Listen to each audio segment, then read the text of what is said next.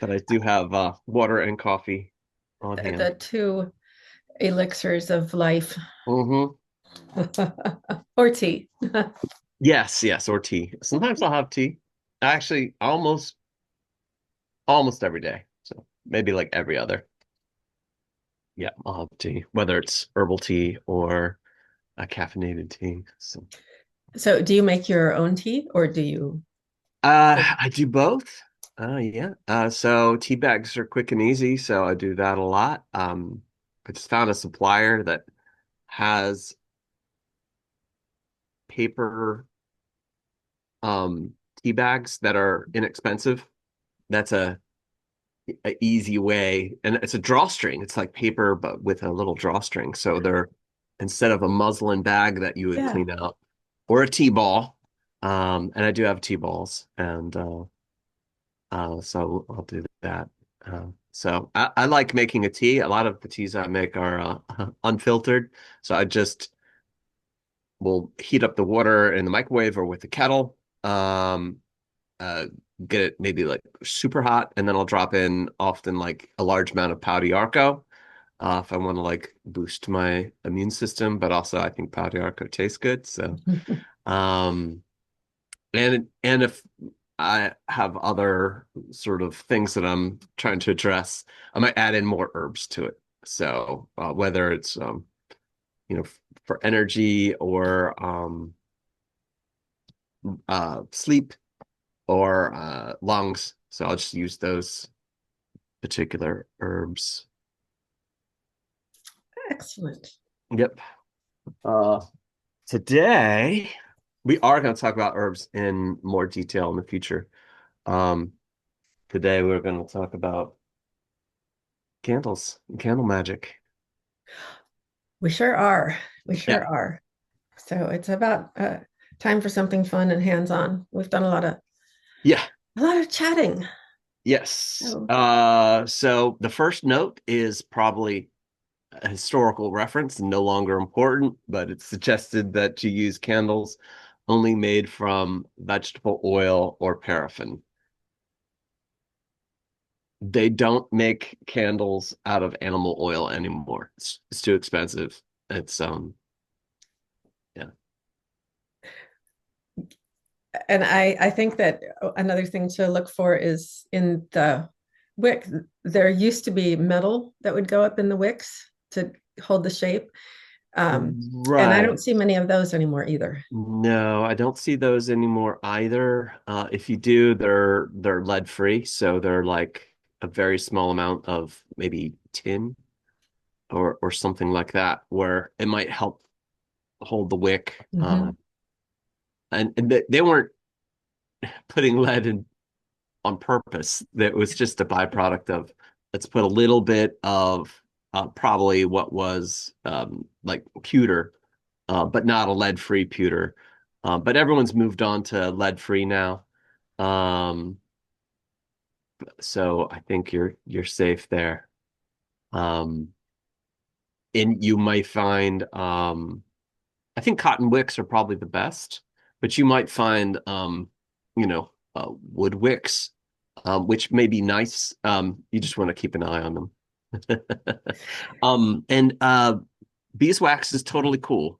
Beeswax is maybe the best, but it's also the most expensive. And sometimes it's more expensive, almost by, I don't want to say it by a factor of 10, but it's like 3 to 5 times more expensive. So you have to really love beeswax or maybe have your own access.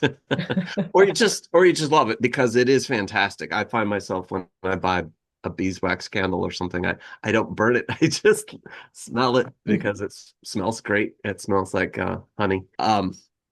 Color, when in doubt, I would probably start with white. But you can also research the color symbolism, and we'll give you a longer list in the future of color symbolisms. Often on our altar, we'll use taper candles, but you can use, let's say, 7-day candles, which are candles in the glass. It's a little trickier to dress them, but there's two ways you could do that. I thought that I would show a silver one too. Oh yeah, that's beautiful. And then here's Mole Hollow. This is the original kind, but I mean, not original. This is the kind as they were dipped. Yes. And Yeah. then, We still sell Mulhollow candles. great. I'll do a shout out to the Crystal Fox. Sure, sure. Um, and then we can talk about how to separate these because, like, if you cut them, they end up really long Yeah, but you can cut them sometimes. shorter. And But yeah, usually half inch, quarter inch. Sometimes there's directions. and I have in the past tried to burn them apart, Yeah. which gets really exciting. So Yes. Yes. It's like, can I jump this ramp with my bike? yeah, yeah. Okay, so different kinds of materials for candles. Yes. So I would say that most candles are made with paraffin, and that's totally fine. And if you want to use other materials, vegetable oil is fine. Palm oil is there. Now that gets debated a bit because are they just mowing down, rainforest to turn it into palm oil? Yes, that's happening in some places, but there's also sustainable palm oil as well. So you might have to read more into it. Paraffin is a byproduct of the gas industry. So there's that. You can always be like, oh, well, you know, but it's inexpensive and it meets most of our budgets. And paraffin being a byproduct, it's not the reason why people drill.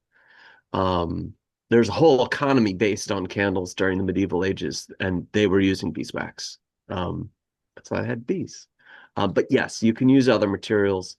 Um, I would just, kind of stay away from what is not ethically aligned with your own personal ethics. But otherwise, don't worry too much. Often we will use tall white candles on our altar, especially for the god and the goddess. Oftentimes, we'll have a black cat occasionally that just likes to walk across. That's my cat Fred. I don't know if you saw him. Oh, Fred was great. Yeah, yeah. Okay. The Fred cameo is good. Yeah, yeah. And cats sometimes have curiosities about candles. So when you're burning a candle, do you may want to supervise your candle, be in the same room. So fire safe place. Don't light your candles next to loose blowing drapes, right? So I say this and I laugh, but there's always been, somebody that had a complete mishap. And Yes. um, firemen will tell you stories about candles. So, um, the safest place is going to be you're going to laugh. Safest place if you're paranoid is your bathtub. So I've known people to fill their bathtub with like quarter inch of water and then they have their 7-day candles in there. That's super safe. That You can makes also do the same with the sink, but those are sort of more extreme measures. We often would have circle either inside on an altar, which is flat level surface, or Mhm. would have it outside on the altar. Sometimes a rock, sometimes a stump, but again, hopefully it's a nice level surface. It's going to make life easier for you and your candles. And while we're on candle safety, Yeah. another thing is if you're wearing long sleeves, Yes. We've seen this before. you really, even though the drapey, flowy sleeves are like super cool and look amazing, they are Yes. not good for Yes. working with candles. Right. So if you have a long flowing, beautiful robe, and there are some materials that are highly flammable, you want to be careful. Yes. Now, cotton isn't necessarily that flammable, but still, like if you soak accidentally, a cotton sleeve in wax and then hits flame, It Mhm. will you'll be sky clad very quickly. Let's just put it that way. So maybe that's why people chose to worship the goddess Skycloud. Maybe so. They're like, no more, No no more. more We accidents. got enough ropes on fire. Yeah. Yeah. Yeah, there's some beards that end up being very short as well. Woo, yeah. Um, so tall white, and white is reflects all light. So it is sort of like a rainbow. It is sort of like a blank canvas. Um, and so it was often our go-to for the god and the goddess candles. Now, some traditions will use a white candle for the god and a black candle for the goddess, or different colors depending on the holiday. So if it's a holiday or seasonal celebration, we might use um, red and green if it's Yule, or if it's harvest, we may use brown. And that's okay.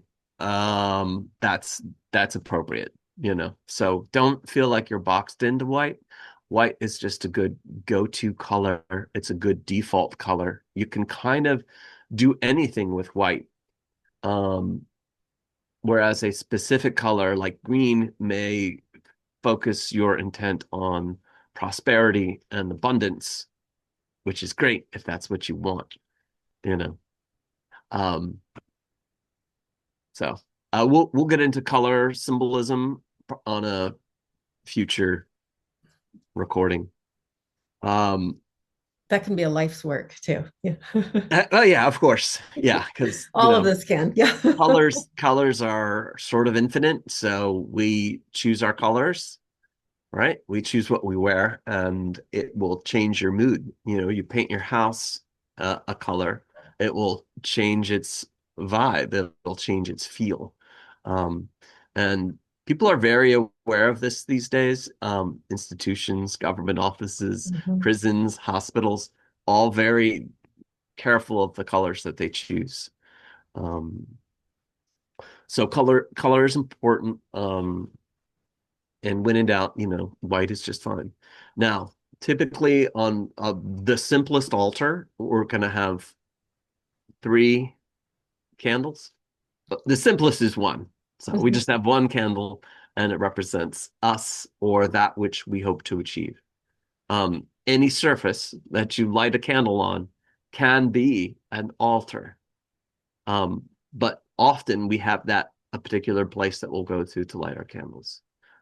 Some houses have multiple altars. That's okay. Um, some altars are, you know, kind of public, so anybody can put their hands on them, and some are private, you know, where we would only want ourselves maybe to be interacting with that particular altar. Um, husbands and wives, or spouses or partners or domestic partners may share an altar, you know, and every relationship's going to be a little bit different. Just like, are you going to have a shared bank account? Or are you going to have separate bank accounts? Many altars have just three candles, one for basically yourself, but we call it the partitioner's candle. It does get called different names at different times. I often will call it the you candle because that's you, and that's where the magic begins. And we have the God candle. See, my hand is moving to the left. Um, I don't know how this will appear on video, but just know that if you're sitting in front of your altar, the God would be on your left and the goddess would be on your right in our tradition. Other traditions are going to do different things. Total Totally okay. okay. So we're going to light our petitioner's candles first, then our God candle, then our goddess candle, and then we're going to come back to our own candle just to acknowledge it. This also finishes the loop. So we've just cast our first and most simple circle, right? One, two, three, and then back to ourselves. And why do we light the petitioner's candle first? I have a funny explanation. for how I'll it go was. with the funny explanation. I'll give you mine. It was presented to me that you light the petitioner's candle first because if you're throwing a party, you as the host want to be Yeah. there to welcome your guests. Yeah, no, that's good. Uh yes. You it's like turning the light on before you invite the god and the goddess in. Yeah. That's pretty much what I was told. Maybe with different words, but same thought. And I think I've heard those exact words before as well. I bet you have. Yeah. Yeah. Well, you come to your altar and you are there to begin with. Mhm. Yeah. So, uh, you want to talk a little bit about dressing candles? Sure thing. So, So, uh, not to interrupt, but dressing a candle would often mean like putting oil on it. That's the basic idea, right? And it yes, doesn't need to be a lot of oil. When we anoint a person, it might be just a very little amount of oil that we would put on a object or a person. I'm gonna let you like yes. talk. I feel like I've talked too much. So, no, no, it's been great. It's been great. You're on fire. Let us talk about dressing our candle. Now, this one for demonstration purposes, I just grabbed a pink one. This actually comes from Mole Hollow is the company, and a quick shout out to the Crystal Fox because you carry this, and they are absolutely awesome. We carried them back in Foxcraft days, Yes, we and did. so I think we are a little over 30 years carrying those mole hollow candles. Yeah, Yes. 30, and there's a good reason for that because A, the color is all the way through, right? solid So, color. so solid color. And um, why does that matter? Because if you're thinking about what the color means for you, it's all the way through. You're not going to have the interruption of a white wax Right. inside a coating. So I also have this is a silver candle, Yeah. which I've seen these used for moon circles. And Yes. this is super cool because it's silver and shiny, but also inside um, it is white. So as the silver burns down on the outside, you're going to see the white peeking through on Yes. the inside. For today, we have pink. Now, this can be as simple or as complicated as you want it. Some people will just put a little bit oil in a basic way. Our tradition was a little bit steeped in some ceremonial. Well, that you basically you want to put the oil on the candle, and the very first time they taught me was not Alexandria, and it was put 3 drops of oil on the Mhm. candle and then dress it from there, and Yeah. that was it. Which works. It's simple. I didn't have a candle oil recipe, or if I did have the recipe, I didn't have the ingredients. But I found some you know, patchouli oil in the mall, and I just used that, and I thought it was very effective. And you know, the teacher taught me that, kind of laughed, and then Alexandria was like, "No, I can understand why that might be very effective." And you would have to like look into patchouli and be like, "Oh, well, this is like, has the nickname of graveyard dust," and so it may have to do with the spirit realm in a different way. But patchouli is also considered very grounding, so it's not a go-to that's typical for an altar oil. So for altar oils, we have a recipe that we're going to share for a candle dressing oil. Yeah, Um, and in it, we use the essentials for the base, and then it's mixed in with a carrier oil yep, for a couple reasons. One of the ingredients is cinnamon, yep. and cinnamon is one of those oils that I'm also going to give a safety warning about. So if you're using real essential oil of cinnamon, I suggest using cinnamon leaf, not cinnamon bark. Cinnamon bark smells fantastic, but it is so potent that it can burn your skin if you have if you're sensitive. Hmm. So I had a customer who public safety message took the cinnamon bark and wanted his feet to smell better. So he took cinnamon bark oil, undiluted, all over his feet. Ouch. Yeah, and that was not good. So it will go away, but it can cause what they call it sounds strong, but the body's reaction.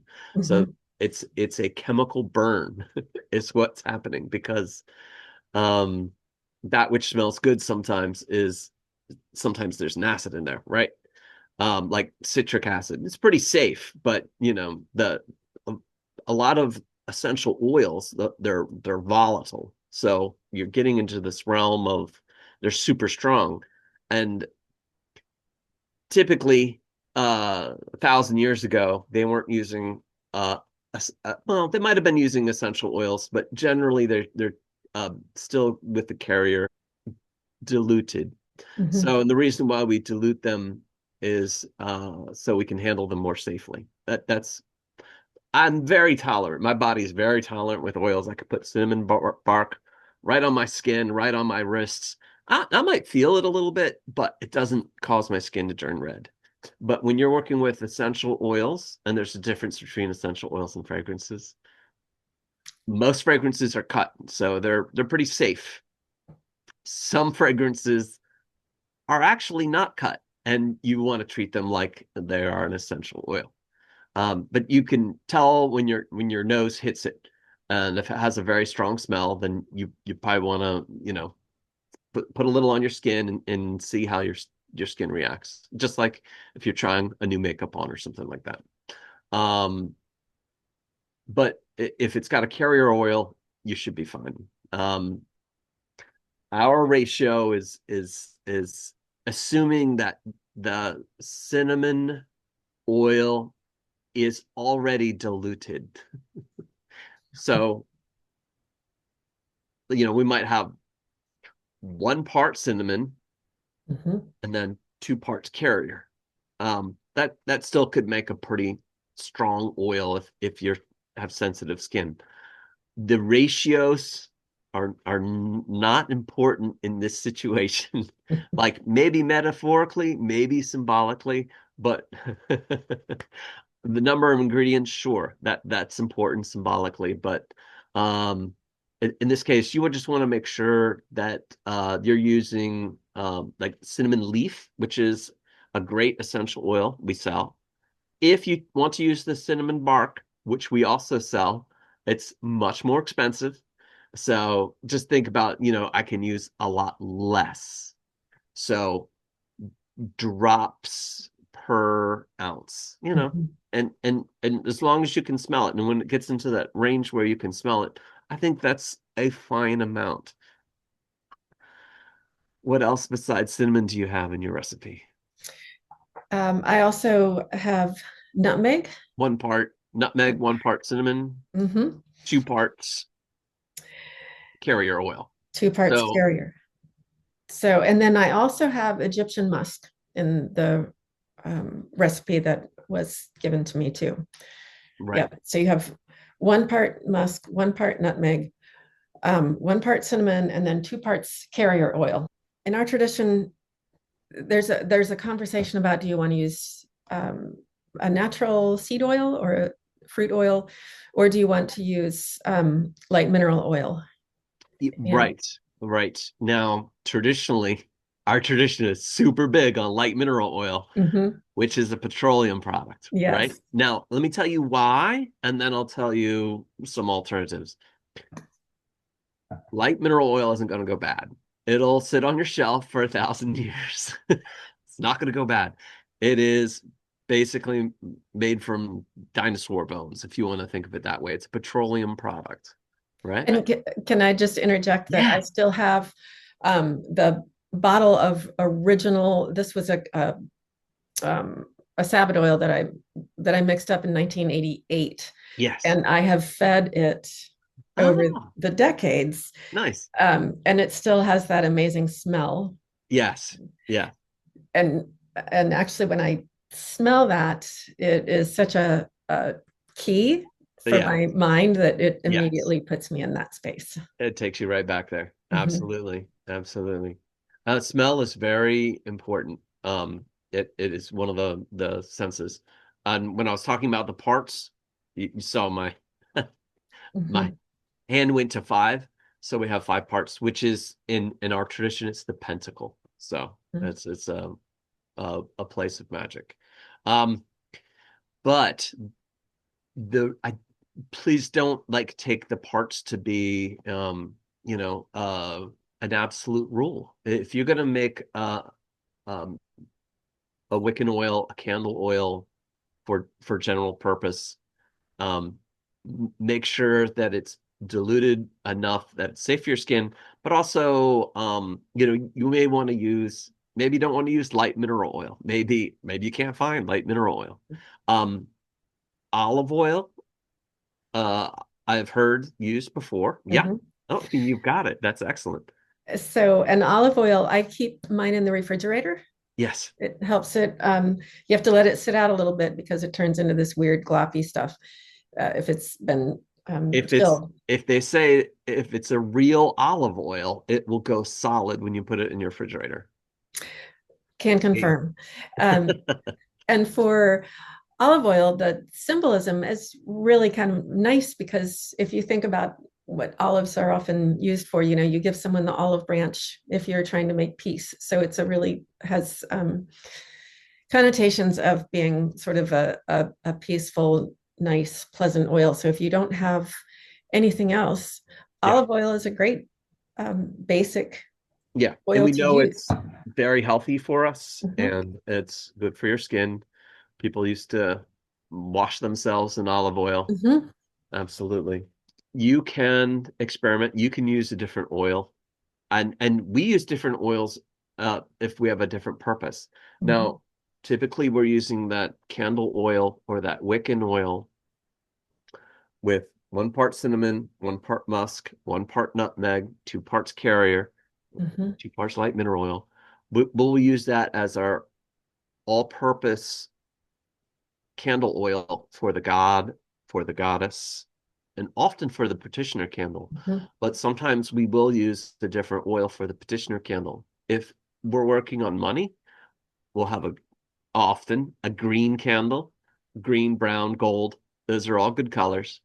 Um, Maybe we're using basil oil or basil and cinnamon or, you know, cedar. So there's different prosperity oils that we may dress that center candle with, and that is totally fine. That is in our tradition. That's mhm. more of spell work rather than worship.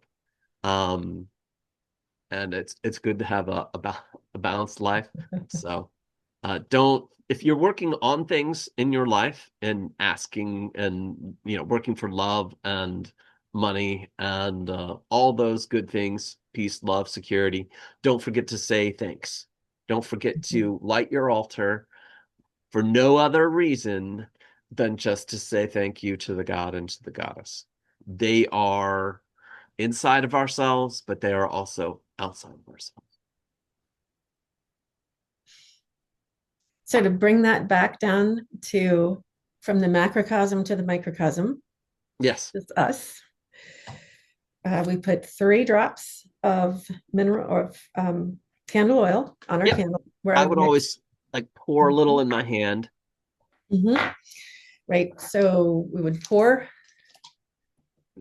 Uh-huh. mhm, and yep, like you said, mix it up. You want to get it hot. We do this in yoga. We do this in Mhm. massage therapy. Yeah, So yep, activating the you oil. put your heat in it. Another note um, from news from the field is if you have nail polish on, It will take your nail polish off. take your nail polish off. So be forewarned. For free, it will take your nail polish off. And it will also occasionally dispense your nail polish all over the rest of you. So you end up with hands It's that, true. yeah. That is and what essential oils do. And fragrances also have the same chemical property, which Mhm. is they strip varnish off of furniture. Um, they're I don't want to say they're corrosive, but in that regard that they are. They're gonna break those things down. So Mhm. if you have expensive nails, don't dress the candle in this way. Yeah. Don't get the it seems silly to wrap your hands in plastic, but if you've spent $100 on your nails, you don't want to just wreck them Yeah. as you come to your altar and you want to feel at peace and spiritual. You don't want to watch your Nail $200 nail job just go down the drain really fast. So, you can use a very small amount of oil. Do you have to dress your candle? No, you don't have to dress your candle. You can, like, skip over that. Or just use the olive oil, which is safe and neutral. And you just have to put your intent into that candle and Mhm. save your nails. So with dressing the candle, it is all about putting our intent into the candle. And we're going to focus on the purpose for why you're lighting it. Yeah. And our tradition, which can be complicated, um, has a whole situation for dressing your candle where you start at the north and you're going to put one hand up and one hand down, and then you wring it out like a washcloth, and at the same time you're going to do that 3 times. You Yes. do it to the north and then to the east, and think about what you are lighting the candle for, three Yes. times again to the south, once to the 3 times to the west, Yes. and then you come back to the north because you always want to close the circle, right? So you're going to come back to the north with it Hmm. upright. And I like to put my put a little bit of oil on the wick Yep. so that Pinch, it really, to pinch it off. and I also like to put a little bit on the bottom of the candle too, to make Right. sure that the entire candle is covered in that candle oil, and I've put my focus into it, through and through. Yes. And now the candle is dressed in Yep. Foxmoore tradition. Yep.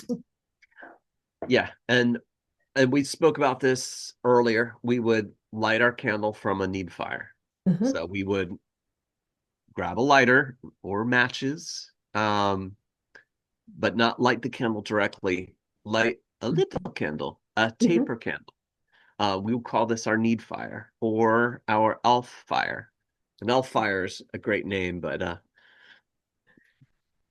doesn't get used as often.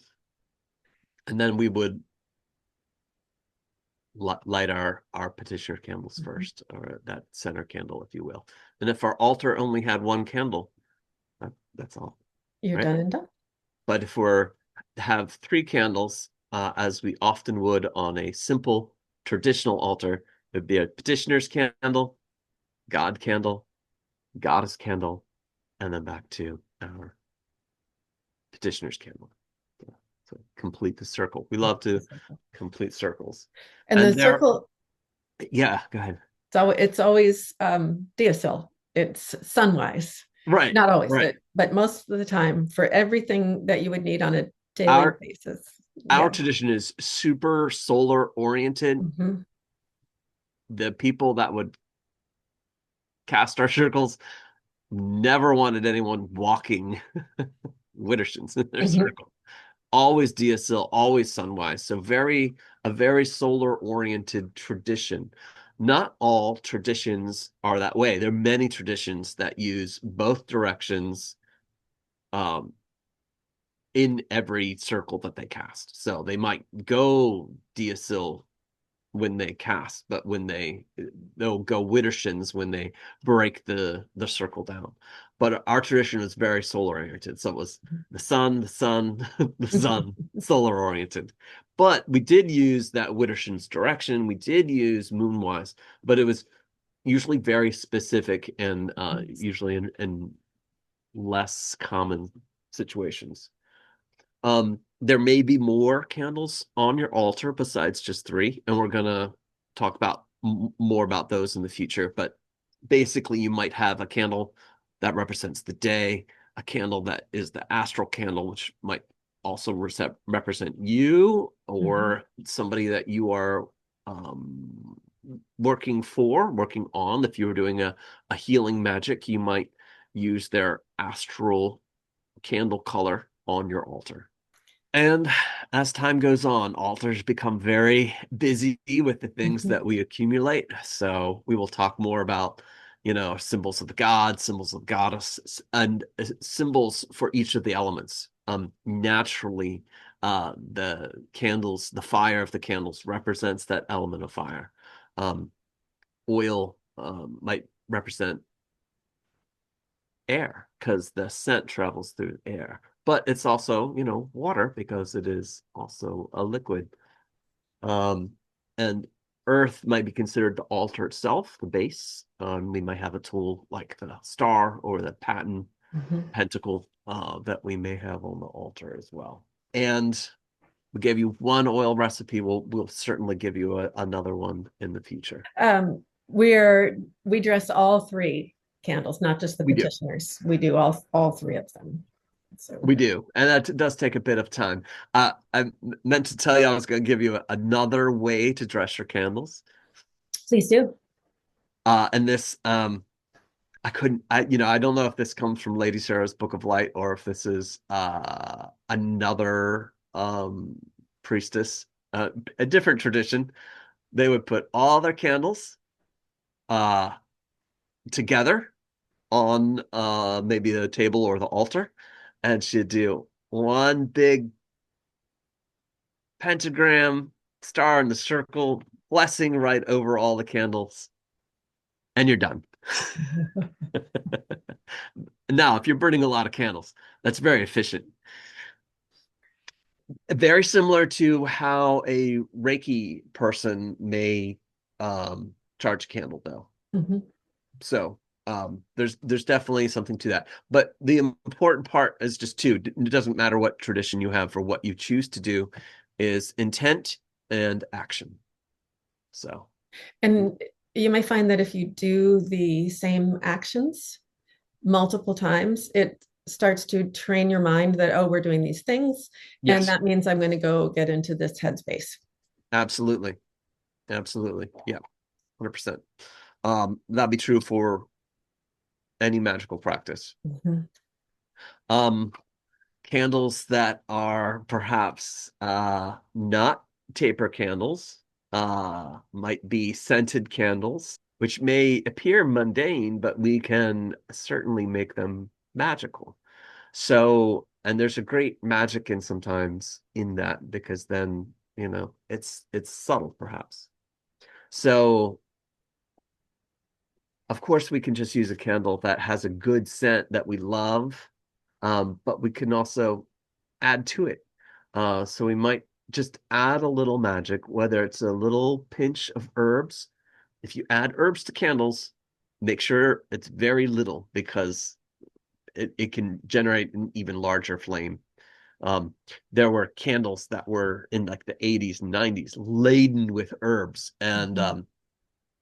they just become giant torches, especially Mhm. those gel candles. So don't use this Yes. unless you've got like a really good candle holder. It's thick glass, and I would probably even in that case burn it in a sink full of water Mhm. because um, some of those would just get crazy hot and turn into giant torches. You might have candles with more than one wick. Um, Certainly you could use those, and certainly numbers are magical, whether it's one, two, or three. Those are the most kind of common wicks you'll find. So in a three-wick candle we have the god, the goddess, and ourselves. um, and a candle like Palo Santo. We might bring that quality into what we're working on. Generally aren't going to use those candles on our altar, but we might use them around our house in ways where we want to change the energy of a room. So we might have a lavender candle. I have mine is sand and fog. I really like most men, I think I like candles that smell like cologne. And women are always like, why? I don't understand. Coffee, which I think almost anybody can love, Mhm. especially the coffee lovers. Palo Santo, which I love a lot, which is a blessing, um, can help get rid of negativity, but it can also help bring in positive energy as well. Um, Coffee is obviously um, is probably going to make you feel good. Yeah, it's usually associated with happiness. So if you're feeling a little depressed, a little bit of coffee brings you up. Um, but you can look into the magical properties of these herbs and oils in a book like Cunningham's Encyclopedia of Magical Herbs, or Incense Oils and Brews, another one of Cunningham's books. And then you're gonna find like a glossary of magical properties and associations. Physical books are great. You can always look it up on the internet. That is also fine, but I would use multiple sources, and then it's going to be you and how your nose reacts. Like if everyone says lavender is great, but you can't stand lavender, don't feel compelled to use it. Don't use it. Sometimes lavender gives people headaches. It doesn't take a headache away. Interestingly, those people that are repelled by lavender are usually vanilla will take their headache away. So just sometimes you have to go a different direction and you'll find what you're looking for there. So when you're finished burning your candles, what do we do if we need to put it out? Do we actually do we just blow on it? Our tradition says no. Yes. Our tradition would always have us use a snuffer. Now, quick note, if you don't have a snuffer, you can use a spoon. Mhm. Perfectly fine. So I happen to pull a snuffer here. That's a nice So one. it, yeah, yeah, thanks. It's been around for a while. So we want to put it out in a manner that's respectful to the flame. So we don't want to put our will into the flame by blowing it out. Yes, this is considered mixing of elements. Mhm. Um, and it is historical, and I remember reading about it, not just from our teachers as well, but this is our tradition. Now, I didn't know that when I'd started out, so I did blow out my candles, but then I moved on to clapping them out, which you can do if you don't have a snuffer. Also, on very particular magical altars, you may prefer it. Um, a snuffer is great, especially if it's got a hinge. If you're using 7-day candles, candles that are in the glass, you want to have a hinged one that you can go into, or you can use a cover. So if you have a 7-day candle that you're using on your altar, I have used I've used crystal balls before because they're they're they're kind of perfect to be a snuffer. So, but happen to have them around, so you have to wash them later, maybe Yeah. clean the soot off. You know. Yeah. Respectful farewell. Yes. Yeah, and it's a tradition that as you follow, I think and it becomes stronger over time. And when we're putting out, if there's a 3 candle altar, often I've seen it done in reverse order this time, Yeah, where yeah. So the candle you would lit last. So if you lit your goddess candle last, you would extinguish the goddess candle first, then you would extinguish the God candle, and then you would extinguish the partitioner's candle or the U candle. Um, and you can see by that very action that we are traveling widdershins counterclockwise. Um, so there you go. There we go. Enjoy. Yeah. Um, we'll talk about dressing 7-day candles in the future. That does require a little talent. But they make candles and we carry them now again, pull-out candles. So you have a 7-day candle, but the wax, the whole candle inside comes all the way out so you can dress it and then put it back in, which is fantastic. And they're maybe more reusable. So yeah. All right. Candle All right. magic, candle Yep. dressing. Thank you. Thanks for watching.